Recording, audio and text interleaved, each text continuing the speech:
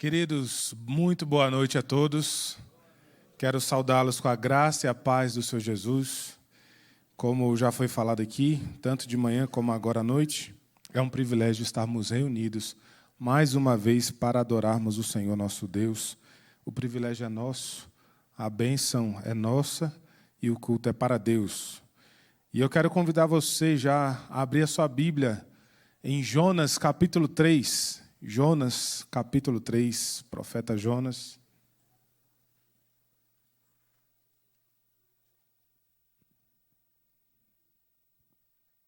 Eu já peço para quem foi encontrando, se coloque de pé. Jonas 3.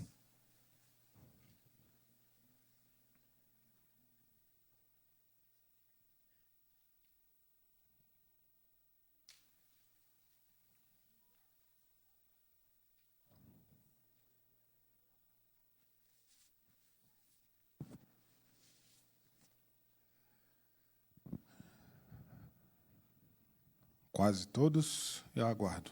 Jonas, capítulo 3.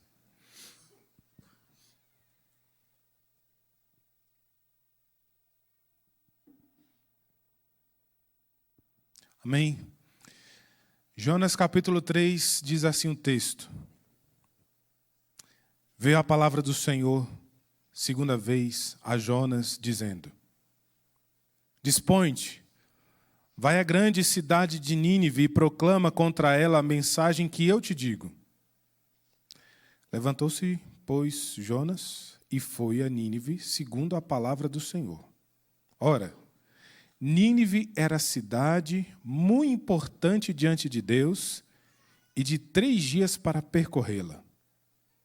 Começou Jonas a percorrer a cidade de caminho de 1 dia e pregava e dizia: Ainda há 40 dias e Nínive será subvertida. Os ninivitas creram em Deus e proclamaram um jejum e vestiram-se de panos de saco, desde o maior até o menor. Chegou esta notícia ao rei de Nínive. Ele levantou-se do seu trono, tirou de si as vestes reais, cobriu-se de pano de saco e assentou-se sobre cinzas. E fez-se proclamar e divulgar em Nínive, por mandado do rei e seus grandes, nem homens, nem animais, nem bois, nem ovelhas provem coisa alguma, nem os levem ao pasto, nem bebam água. Mas sejam cobertos de panos de saco, tanto os homens como os animais, e clamarão fortemente a Deus, e se converterão, cada um do seu mau caminho e da violência que há nas suas mãos. Quem sabe se voltará a Deus e se arrependerá e se apartará do furor da sua ira, de sorte que não pereçamos. Viu Deus o que fizeram, como se converteram do seu mau caminho, e Deus se arrependeu do mal que tinha dito que lhes faria, e não o fez. Até aqui. Vamos orar mais uma vez? Feche seus olhos. Senhor Deus, Pai, obrigado pela Tua palavra mais uma vez. A responsabilidade é grande, Deus. O Senhor sabe o quanto eu sou pequeno, quanto eu preciso do Senhor. Deus, em nome de Jesus, me toma aqui em Tuas mãos. Me usa para a glória do Senhor, Deus. Pai, eu quero rogar ao Senhor, debaixo da autoridade do nome de Jesus, que o Senhor repreenda do nosso meio toda distração, tudo aquilo que venha nos atrapalhar, Deus, para que a glória seja toda devida somente ao Senhor, Deus. Pai, que em nome de Jesus o Senhor possa operar na vida dos meus irmãos e quem está aqui nesta noite nos ouvindo, Deus. Pai, para que a glória, Deus, do Senhor possa brilhar no nosso meio, Deus. Pai, eu peço ainda que o Senhor possa fazer Cristo conhecido aqui nesta noite. Que haja, Deus, quebrantamento e arrependimento aqui nesta noite. Que haja conversão, ó Deus, para a glória do Senhor, Deus, nesta noite. É a nossa oração, nosso clamor, confiados, ó Deus, na Tua palavra que nós oramos, em nome de Jesus. Amém. Podem sentar, queridos. Jonas, capítulo 3. Você já ouviu algumas vezes a pregação desse capítulo. Mas lendo esse texto me fez lembrar da história de um personagem muito conhecido das Escrituras. Talvez você está aqui pela primeira vez. Talvez você não tenha muito contato com as Escrituras e ainda não o conhece. Eu vou falar um pouco dele. Paulo de Tarso. Paulo é um homem que antigamente, antes da sua conversão, e eu já dei o spoiler, ele foi convertido, mas ele não conhecia o Senhor Jesus de perto, de forma experiencial. Ele conhecia Jesus de ouvir falar e dos seus milagres. E conhecia aqueles que seguiam a Jesus. E Paulo, este homem, era muito entendido da lei. Ele conhecia a lei de Deus. E ele defendia que não havia outro Deus senão o próprio Deus. Ele não reconhecia Jesus como filho de Deus. E para ele era uma heresia falar que Jesus era filho de Deus. Consequentemente, ele começou a perseguir a igreja. Aqueles que criam no Senhor Jesus. Aqueles que se convertiam ao cristianismo e que estavam servindo ao Senhor Jesus, ele começou a perseguir. E ele começou a autorizar, inclusive, a morte desses crentes. Então, debaixo da autoridade que ele tinha, ele assinava e os crentes eram perseguidos e mortos. Até que um dia ele estava caminhando, de cima de um cavalo, uma forte luz brilhou no seu caminho, e ele caiu no chão, ficou cego. E ali o Senhor Jesus teve um encontro pessoal com ele, e ele foi convertido. Mas não só convertido, esse homem não só foi alcançado pela graça do Senhor Jesus, mas se tornou agora uma autoridade não mais do farisaísmo, mas agora uma autoridade do Senhor Jesus como apóstolo. Ele tem aqui cartas que ele escreveu endereçadas a outros povos. Então, aquele homem que era o perseguidor, o matador, agora ele é parte do povo de Deus. E ele é uma autoridade do povo de Deus. Ele é aceito e ele, inclusive, é amado. Deus faz isso, queridos.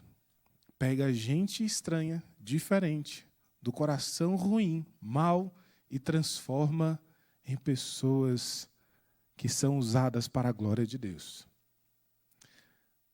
Pensando nisso, nós gostamos da misericórdia de Deus. Essa é a verdade. Eu e você, nós gostamos da misericórdia de Deus. Porque nós reconhecemos o que ela faz na nossa vida. Mas desde que ela seja para pessoas como nós.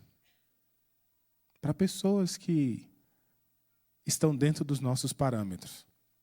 O problema começa quando Deus decide ser misericordioso com pessoas diferentes de nós, daquilo que nós esperamos, que aos nossos olhos parece ser indigna de receber a misericórdia de Deus. E Jonas capítulo 3 revela um Deus que não age segundo os nossos critérios, mas segundo a sua graça soberana. Esse texto revela isso. Neste capítulo, a misericórdia de Deus se revela em 3 ações claras. Nós vamos ver. E o tema desta noite é a misericórdia de Deus aos inimigos. A misericórdia de Deus aos inimigos. E, em primeiro lugar, queridos, a misericórdia de Deus aos inimigos, mostrada em 3 ações. E a primeira delas é: Deus chama quem ninguém chamaria. Deus chama quem ninguém chamaria. Versos 1 ao 4 do capítulo 3 vai nos ajudar nessa ideia. Olha aí para a sua Bíblia, diz assim: veio a palavra do Senhor, segunda vez a Jonas, dizendo: dispõe-te, vai à grande cidade de Nínive e proclama contra ela a mensagem que eu te digo. Levantou-se, pois, Jonas e foi a Nínive, segundo a palavra do Senhor. Ora, Nínive era cidade muito importante diante de Deus, e de 3 dias para percorrê-la. Começou Jonas a percorrer a cidade do caminho de um dia, e pregava e dizia: ainda 40 dias, e Nínive será subvertida. Nínive não era apenas uma cidade distante. Ela era inimiga declarada de Israel. O que acontece? Nínive tinha um grande exército. Essa cidade também tinha um alto poder econômico. Eles eram ricos e poderosos. E eles ameaçavam o povo de Israel. E Jonas é um profeta de Deus. Ele é um homem chamado por Deus para falar ao povo aquilo que Deus tinha para falar. E então Deus chama Jonas e fala: Jonas, vai lá para a cidade de Nínive e proclama contra ela. Só que Jonas, ele sabe quem é Deus. Ele conhece dos atributos de Deus. E ele, inicialmente, ele escuta Deus falar e ele toma um caminho contrário. Ele vai para Tarso. Lembra de Paulo? De Tarso, mesma cidade de onde Paulo veio. Só que são de épocas diferentes. Jonas é bem lá atrás. E Paulo é bem lá na frente.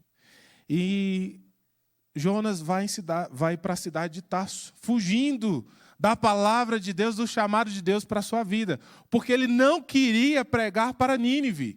Ele queria fugir de diante de Deus para não ir lá fazer a vontade de Deus. No meio do caminho, ele está de navio indo para Tarso. E chega uma grande tempestade, o pessoal do barco fica desesperado, o barco vai afundar, o navio vai afundar, e eles começam a se questionar e falam: o que está acontecendo? Certamente a ira de Deus sobre nós, mas o que está causando essa ira de Deus? E eles vão pensando nas possibilidades, até que eles jogam a sorte e descobrem que quem é o culpado é Jonas. Fala: o que você fez, homem? E ele assume: eu estou fugindo daquilo que Deus me chamou para fazer. Podem me lançar ao mar. Os homens, com muito temor, fazem isso, lançam ele ao mar. E aí a primeira misericórdia de Deus é que vem um grande peixe e engole Jonas. E ele lá na barriga do peixe passa lá por 3 dias. E o peixe então cospe Jonas na beirada de uma praia. Imagina você, de férias, na praia, no Nordeste. Parece um peixe cuspindo uma pessoa. Essa foi a cena. E Jonas se levanta e escuta a voz de Deus novamente falando: veio a palavra do Senhor segunda vez. A misericórdia de Deus sendo aplicada novamente. Veja que Deus começa a tratar o mensageiro. Antes de lidar com aqueles que são alvo da misericórdia de Deus, Deus está exercendo a sua misericórdia com o próprio mensageiro. Deus está tratando o coração do mensageiro porque ele precisa entender da misericórdia de Deus sobre a vida dele para então passar como Deus é misericordioso. E queridos, naquele momento ali, Jonas escuta a voz de Deus pela segunda vez e agora ele levanta e vai cumprir a vontade de Deus. Ele levantou-se, em verso 3 diz que ele levantou-se e foi a Nínive segundo a palavra do Senhor. E Nínive era a cidade muito importante diante de Deus. 2 vezes o texto vem nos falar de Nínive. Primeiro no verso 2 diz que a grande cidade de Nínive. E no verso 3 que essa cidade era muito importante diante de Deus. Como eu falei, eles eram muito ricos e muito poderosos. Mas não era por isso que Deus achava essa cidade importante. Mas é porque Deus havia um plano de restaurar e de mudar a sorte daquele povo. De transformar um povo que era conhecido por ser um povo mau. A história vai nos dizer que Nínive e ali os seus moradores, eles eram tão cruéis que quando eles iam para a batalha, eles não só iam tomar a cidade, não só matavam as pessoas daquela cidade, mas eles, antes de matar, eles torturavam aquelas pessoas. Eles faziam de pessoas como tochas humanas. Eles abriam a barriga da mulher ainda viva para tirar o neném que estava lá. Eles faziam crueldades e ali eles se divertiam com aquilo porque esta era a obrigação dos deuses que eles serviam. Eles serviam a deuses que exigiam sacrifícios e maldade da parte deles. Então, historicamente, mas também espiritualmente, esses homens eles são maus. E Deus olha para aquela cidade e tem para aquela cidade como cidade muito importante. E talvez a gente comece a pensar agora, mas por que para Deus a cidade é muito importante, sendo tão maus assim? E olha só, a pregação, ela não começa com consolo. A pregação que Deus falou para Jonas é: ainda 40 dias e Nínive será subvertida. O povo de Nínive conhecia muito bem essa história de 40 dias. Eles já ouviam falar daquilo que Deus havia feito com o povo de Israel. 40 representava um número muito significativo para os povos, em que eles sabiam que em 40 dias o que Deus havia feito quando Ele mandou muita água sobre a terra, inundou e matou muita gente.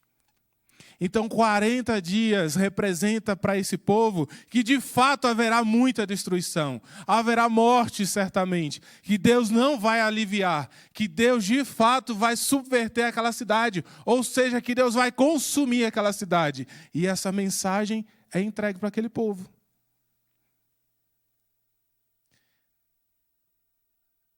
Pensa num médico que descobre uma doença grave de um paciente.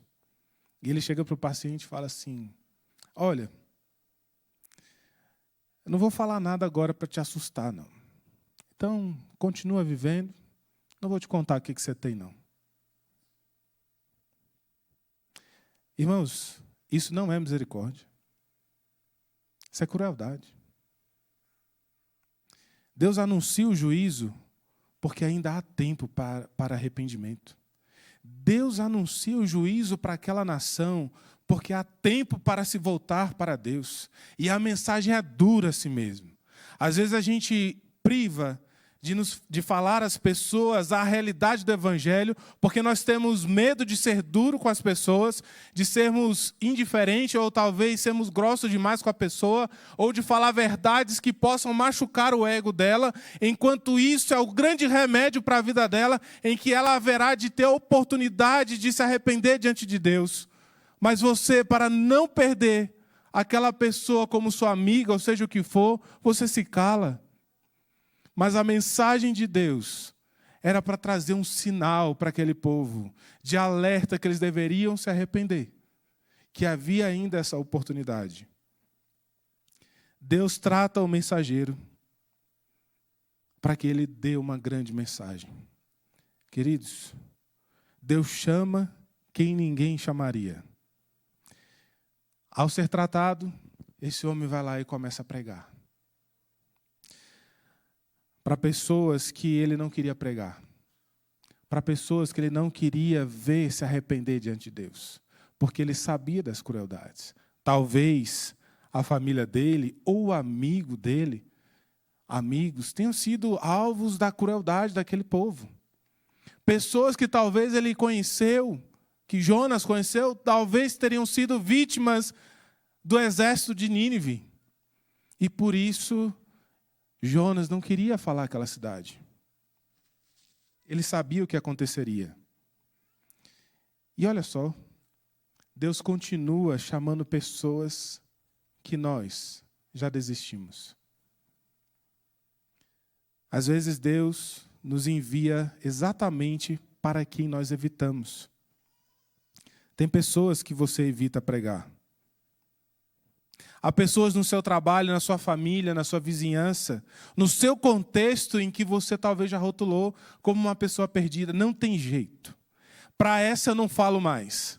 Porque ela está tão enredada em uma vida tão perdida, de tantas coisas ruins que não tem mais jeito. Eu já falei e ela não ouviu, não vou falar mais. E aí você se cala. E a gente começa a julgar as pessoas. Irmãos, uma pergunta que talvez incomode muito a gente aqui nessa noite. Como nós receberíamos uma pessoa totalmente diferente de nós aqui, hoje? Se um homem vestido de mulher entrasse aqui agora, como você receberia essa pessoa?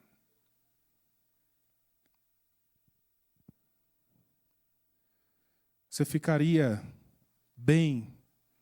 Ou você ficaria confortável de ver seu filho, adolescente, próximo de alguém que não corresponde ao que você queria que fosse? Agora eu pergunto, quem vai pregar para essas pessoas? Quem vai falar do Senhor Jesus para um povo que está em rebeldia contra Deus? Quem vai falar da esperança no Senhor Jesus Cristo para pessoas que estão marginalizadas? Ontem e hoje também, uma família missionária esteve aqui na igreja. Ontem eles falaram para a mocidade, convidando eles para o acampamento, e eles falaram de alguns grupos que são os menos evangelizados no Brasil. Dentre eles, aqueles das faixas dos mais ricos também são os menos evangelizados. Talvez você fique pensando assim, não, os pobres, os indígenas, também. Mas os mais ricos, quem está se preparando para falar com os mais ricos? Com os milionários da nossa cidade? E aí talvez você pense, eu não tenho condição. Eu não me sinto bem. Mas não é sobre você, é sobre a mensagem que você deve entregar. Quando Deus chama Jonas, ele fala, veio a palavra do Senhor segunda vez a Jonas dizendo, não é sobre o que Jonas pensava, não era como ele rotulava as pessoas, mas era o que Deus queria exercer com aquele povo. É como Deus queria manifestar a sua misericórdia àquele povo. Quem vai pregar aos pobres, aos ricos, aos marginalizados? Aqueles que não fazem parte do nosso contexto. Porque se nós nos fecharmos dentro de nós mesmos e ficarmos aqui pregando o evangelho só para nós, quem vai se converter, irmãos? Quem entrará aqui? Quem serão os novos membros? Quem serão aqueles que serão batizados aqui à frente?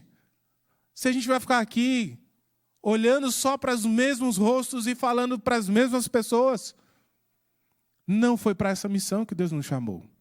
A missão que Deus nos chamou é para falar para aqueles que estão perto de você, lá no seu local de trabalho, lá na sua escola, jovem. Não é o pastor que deve ir lá pregar para o jovem. Hoje nós falamos para os adolescentes na IBD e nós comentamos sobre isso. Olha que oportunidade. Eles entendem a mente dos amigos, porque eles vivem dentro do mesmo cenário de redes sociais, de Instagram, de YouTube. Eles entendem já essa linguagem. E eles entendem que só em Cristo há salvação. Então não devem esperar que nós iremos lá para falar do Evangelho. Eles devem comunicar o Evangelho aos seus amigos. Nós que estamos no nosso contexto familiar, nós devemos comunicar o Evangelho aos nossos parentes. Ainda que você ache que aquele tio seu não presta e que ele não vai receber a mensagem de salvação. Ainda que você ache que aquele primo seu vai te ignorar e não vai mais falar com você, você deve falar dessa mensagem de salvação. Fugir do chamado não impede Deus de agir. Apenas rouba o seu privilégio de participar. Deus vai salvar quem Ele quer. Mas olha o privilégio que você pode ter de participar desse processo, de ver alguém se convertendo, de ver alguém entregando a sua vida a Cristo e você fazendo parte desse processo, e Deus animando o seu coração e tirando você desse costume de não fazer nada. A misericórdia de Deus, irmãos, aos inimigos, em primeiro lugar, é que Deus chama quem ninguém chamaria. Mas em segundo lugar, Deus transforma o que ninguém mudaria. Deus transforma o que ninguém mudaria. Versos 5 a 9, eu chamo você a ler, eu vou ler, e a igreja lê os versos 8 e 9. Diz assim: os ninivitas creram em Deus, e proclamaram um jejum e vestiram-se de panos de saco, desde o maior até o menor.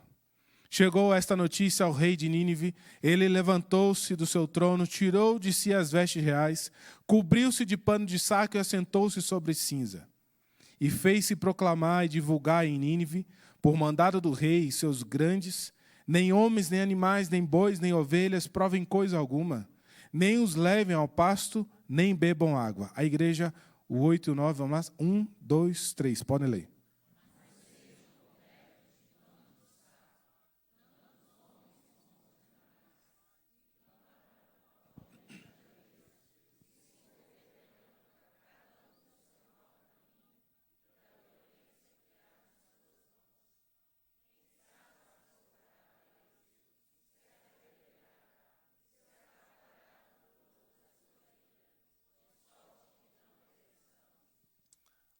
Maravilha. Queridos, olha a reação desse povo. A reação dos moradores de Nínive. A reação daquele povo é crer. Crer em Deus. Aplicar um jejum e se humilhar. Mas não só isso. Mas essa atitude, essa ação, ela tomou conta de todo o povo, ao ponto em que quando essa informação chegou aos ouvidos do rei, ele deu um decreto mandando que todos se humilhassem diante de Deus. O rei desceu do trono, ele tirou as suas vestes reais, se cobriu de pano de saco, se humilhou em cinzas, e ele chamou todo o povo para fazer a mesma coisa, inclusive os animais. Os animais não podiam comer nem beber, assim como os seres humanos, porque ele chamou a todos para um momento de humilhação. E essa foi a resposta à mensagem de Deus. Deus transforma o que ninguém mudaria. Não tinha como Jonas, por si só, transformar aquele povo mau em um povo que se humilha. Talvez Jonas entrou ali naquela cidade morrendo de medo, queridos, pensando que ele estava entrando numa cidade que era extremamente rebelde, extremamente violenta, e chega lá e traz uma mensagem de morte. E o povo se arrepende e se humilha.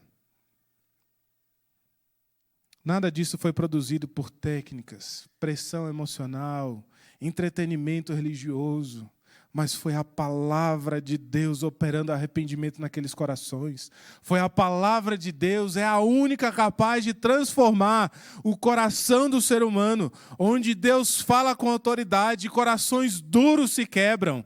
Onde Deus fala com autoridade, pessoas são transformadas. Onde Deus fala, pessoas são convertidas.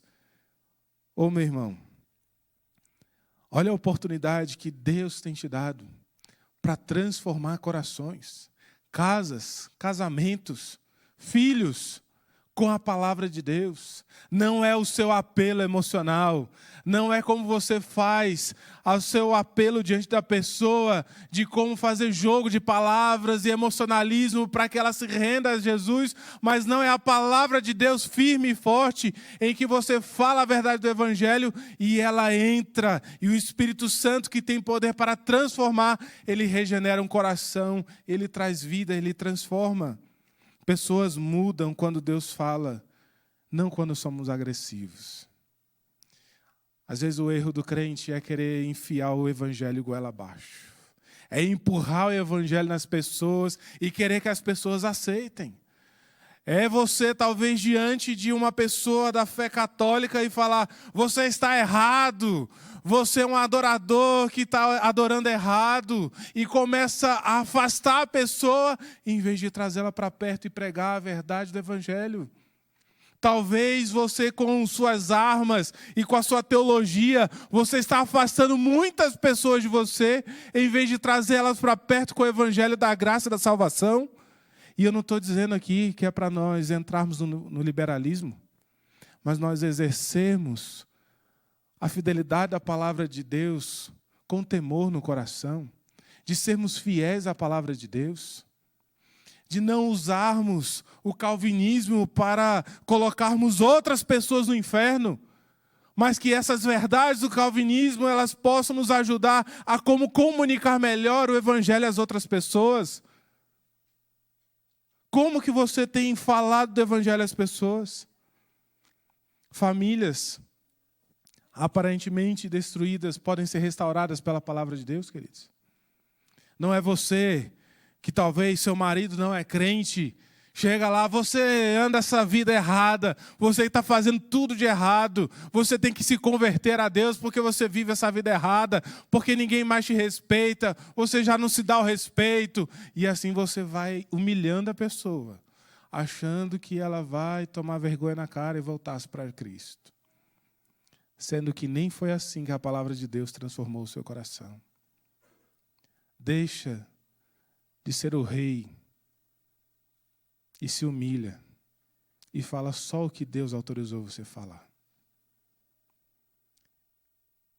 A palavra de Deus, ela pode mudar vícios antigos, pecados recorrentes. É a única forma de mudar o nosso coração, a nossa vida. Vícios antigos, para quem fuma, é difícil largar o cigarro. Está dependente quimicamente daquela substância. Mas a palavra de Deus, que age no coração, ela transforma a vida da pessoa, ao ponto em que a sua mente começa a transformar-se, em que ela já não depende mais daquilo para ser feliz ou para acalmar o seu ânimo, mas agora ela achou Cristo que vai abrandar a ira do seu coração, que vai transformar, que vai converter as suas emoções, e ela já não é mais dependente. Mas não são as suas palavras agressivas de que você está se matando, você está procurando um câncer para o seu pulmão. Não é isso que vai mudar as pessoas. É a palavra de Jesus Cristo. É o Evangelho. Pecados recorrentes. Se você quer ver transformação na sua própria vida, agarre-se à palavra de Deus. Se você tem dificuldade com algum pecado, saiba que você mudar a sua rotina simplesmente não vai fazer você abandonar o pecado, mas é agarrar-se à palavra de Deus. Você precisa estar cheio da palavra de Deus para dizer não ao pecado, para se afastar do pecado. E aí, de forma prática, se você não quer mais viver uma vida pecaminosa, entrando em sites que você não deveria, você deve se encher da palavra de Deus para não se tornar dependente emocionalmente, ou talvez carente de algo que venha preencher uma carência do seu coração, da sua alma, e aí você fica preenchendo com coisas terríveis, mas a palavra de Deus que enche o seu coração vai transformar o seu coração, e você aplicando as doutrinas espirituais, você não vai mais depender daquilo. Você não vai mais sentir prazer nas coisas do mundo. Essas coisas começam a perder a graça, e você começa a ficar envergonhado, e você se cobre de pano de saco. E aqui é uma forma para a gente entender como o povo fez. É um sinal de humilhação diante de Deus. Então é buscar esse arrependimento sincero de coração, para que a vida seja transformada. Não é algo aparente, não é se jogar ao chão, não é levantar as mãos aos céus, mas é uma transformação interna, é um arrependimento genuíno, em que transforma vidas, que faz abandonar pecado, que faz a gente ter vida diante de Deus. O arrependimento bíblico envolve atitude, não só as emoções. Não adianta chorar se você não mudar. Não adianta, em um momento desse em que a palavra vem confrontando e você achar que as suas lágrimas mudarão o seu jeito. Não. É uma convicção interna de quem é Jesus. De quem é Jesus para você ser transformado. E descer do trono do orgulho é a parte essencial dessa transformação. Você que mora no trono do seu coração, está na hora de você descer desse trono. Está na hora de você se humilhar. Está na hora de você se entregar aos pés do Senhor e reconhecer que você no trono não está dando mais conta. E na verdade nunca deu conta. Que você não consegue governar a sua vida, nem dos seus filhos, nem da sua família. Que é somente Cristo Jesus que tem poder e autoridade para sentar-se ao trono e governar a sua vida e da sua família. Quantos filhos precisam ser transformados? Quantos filhos que já vieram aqui à frente e fizeram a sua profissão de fé e prometeram que serviriam a Deus, não se afastaram.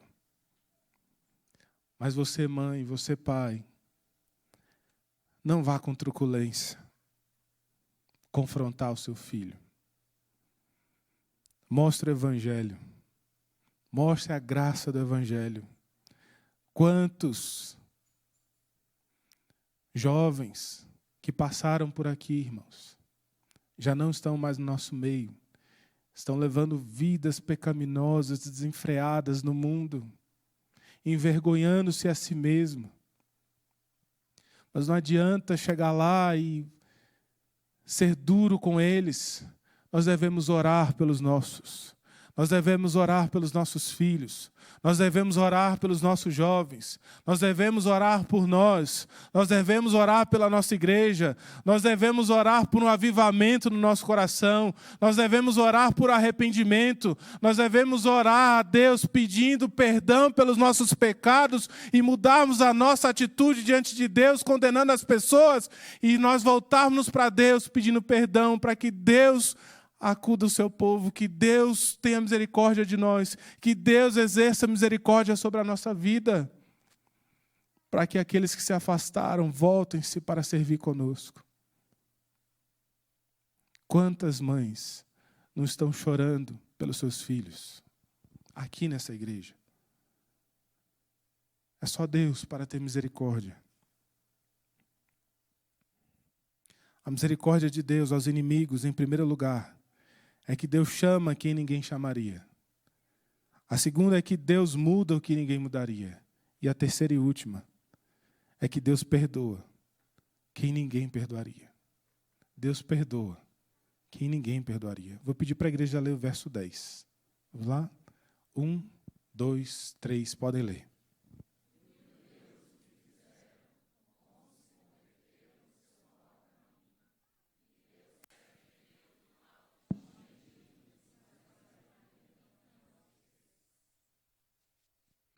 O texto diz que Deus se arrependeu do mal. Aquele mal que ele havia anunciado. Isso não significa uma mudança de caráter de Deus, mas uma mudança de ação de Deus diante do arrependimento do povo. É como se Deus estivesse indo com a sua ira em direção àquele povo, e então Deus vê o arrependimento daquele povo e ele muda a direção da sua ira. E ele não despeja sua ira sobre aquele povo, mas Deus transforma aquele povo. Queridos, você que foi alcançado pelo Senhor Jesus, a ira de Deus, ela estava sobre você, e ela estava vindo sobre a sua vida, e quando ela estava perto para te atingir, então Deus se vira e lança sua ira sobre Jesus Cristo. Entender isso vai te ajudar a como olhar para as outras pessoas, a perdoar as outras pessoas. Talvez a sua dificuldade em perdoar aqueles que te ofenderam é porque você esqueceu que a ira de Deus estava sobre você e ela foi em direção a Cristo e não caiu mais sobre a sua vida. Talvez isso facilite você acolher uma pessoa que chega aqui diferente de você.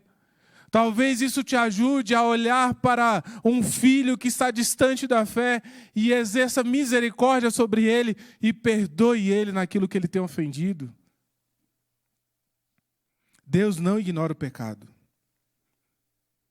Ele responde ao arrependimento. A misericórdia de Deus, ela triunfa, querido, sobre o juízo, porque Deus, ele é gracioso. Imagine um tribunal em que o juiz está julgando um réu e o declara culpado. E ele, ao declarar aquele réu culpado, o juiz levanta-se da sua cadeira e senta no banco do réu e paga aquilo que era devido ao réu. Talvez seria o tribunal mais estranho, mas esse é o tribunal que Deus exerceu sobre nós. Ele mandou o seu Filho para que sentasse no nosso lugar e recebesse a pena de Deus. E ele morreu em nosso lugar. Ele morreu no seu lugar. Ele morreu no meu lugar. Isso não escandaliza a justiça, mas isso exalta a graça de Deus. Deus foi gracioso e tem sido gracioso com nós. Deus tem sido gracioso com o seu povo. Qual é a sua dificuldade em perdoar diante da verdade em que você é o maior perdoado diante de Deus? Qual é a sua dificuldade em exercer o perdão? Foi o que Deus fez com o Filho. Deus é o juiz. Às vezes, o maior obstáculo à misericórdia de Deus é a nossa falta de misericórdia.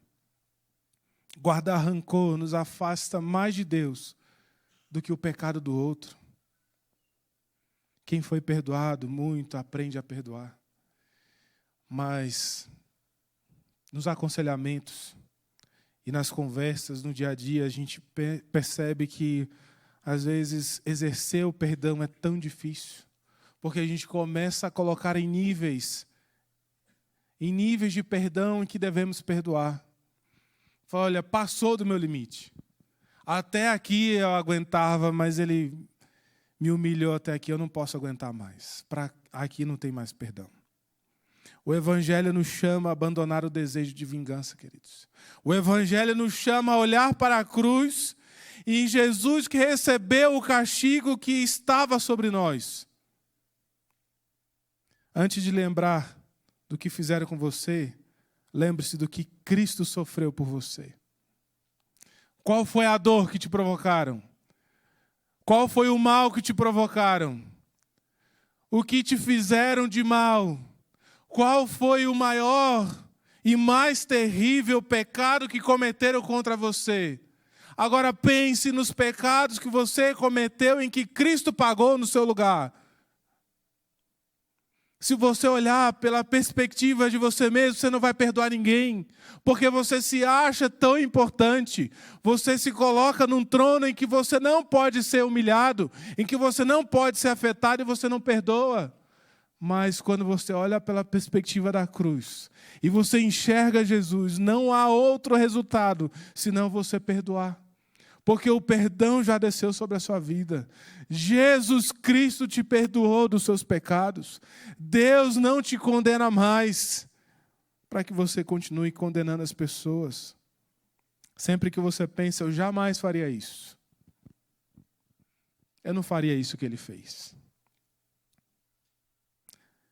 Volte-se para a cruz e lembre-se, se não fosse a graça, você poderia ir mais longe do que você pensa.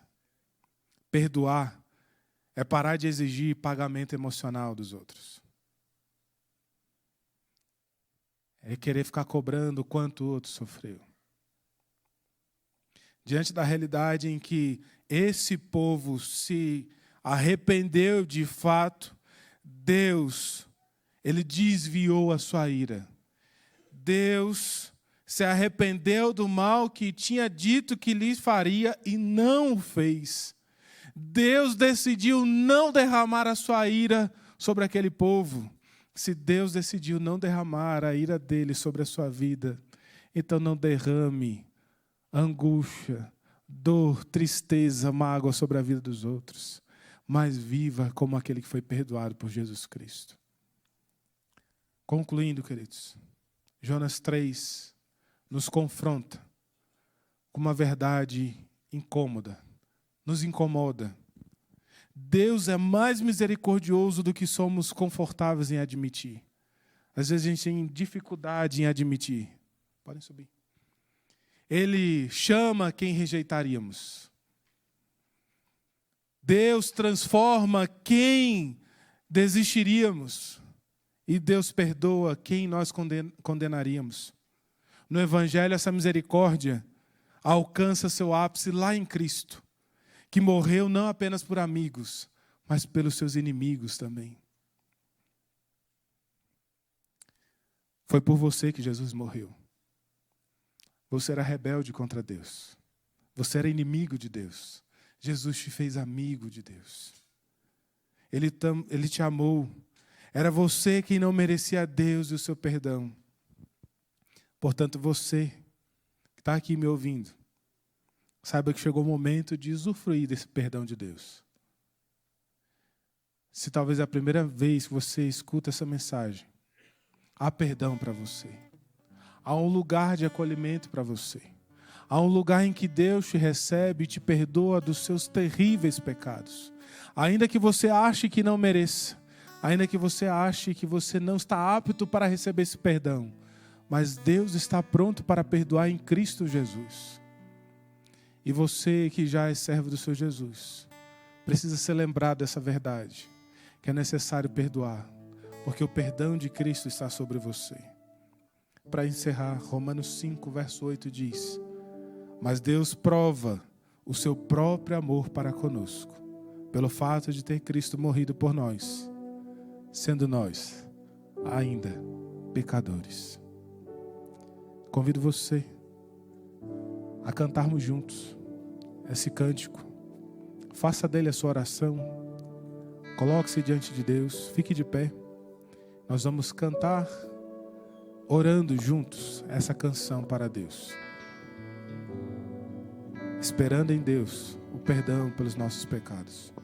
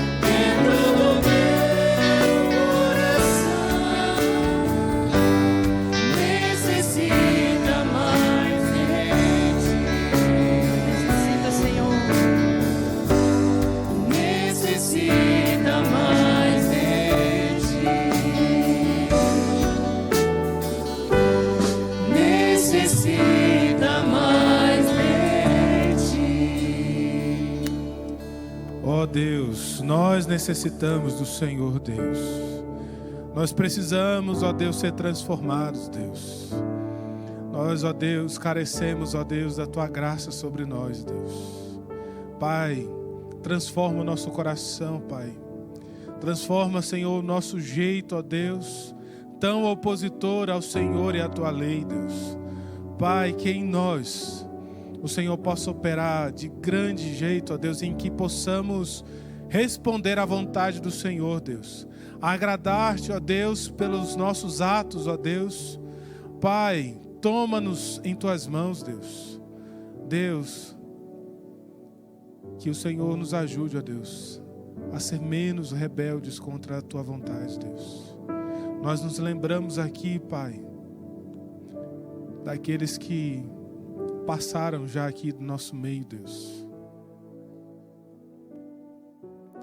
Pessoas, ó Deus, que já estiveram aqui conosco e que estão no mundo, ó Deus, desgarrados, Deus. Nós queremos clamar ao Senhor, Deus, por arrependimento a esses corações, Deus. Ó Deus, nós queremos clamar, ó Deus, por pessoas, Deus, que nós já desistimos, ó Deus, em oração, Pai. Os nossos familiares, ó Deus, que nós desistimos de clamar por eles Deus, nós lembramos aqui nesta noite, Deus, e nós queremos clamar por salvação, ó Deus, no meio dos nossos familiares, Deus.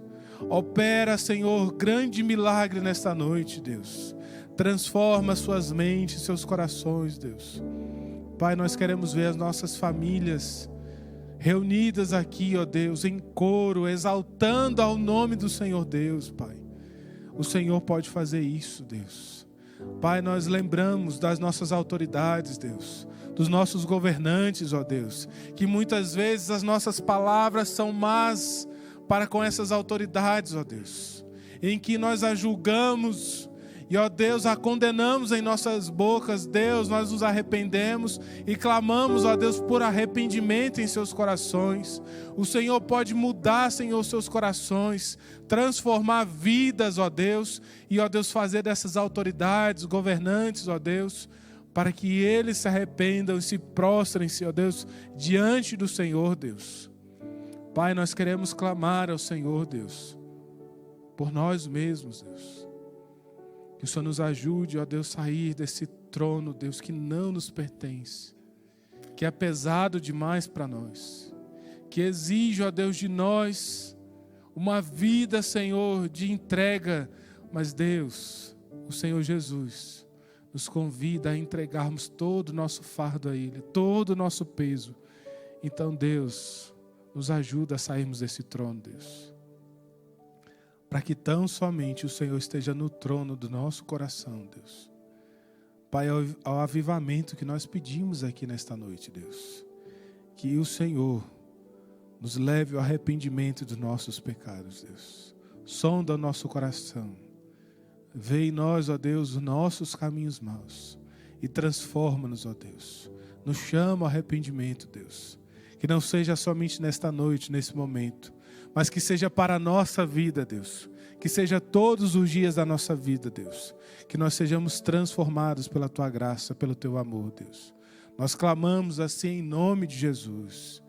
E que a graça maravilhosa do Senhor Jesus Cristo, o amor de Deus o Pai, as doces e ternas consolações do Espírito Santo de Deus, sejam sobre vós e sobre todo o povo de Deus, hoje e para todos sempre. Amém, amém e amém.